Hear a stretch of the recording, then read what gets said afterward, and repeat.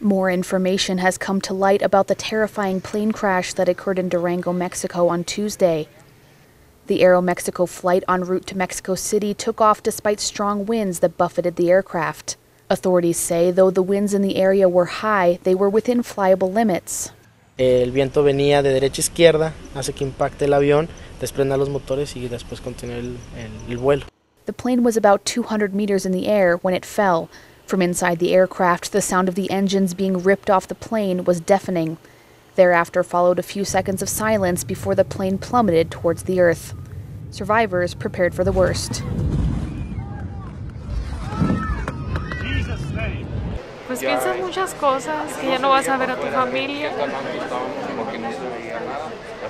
No sé. Eso fue lo que pensé, que ya no iba a ver a mi esposo. Con el impacto que cayó, botaron las puertas, no hubo quien las abriera. El impacto estuvo fuerte, te digo, y se abrieron las puertas y entonces empezamos a salir como pudimos. Captain Carlos Galvan was responsible for controlling the aircraft during its horrifying descent. The pilot was injured in the crash and is currently in critical condition. Authorities say there have been no deaths and that all the injured have been taken to area hospitals.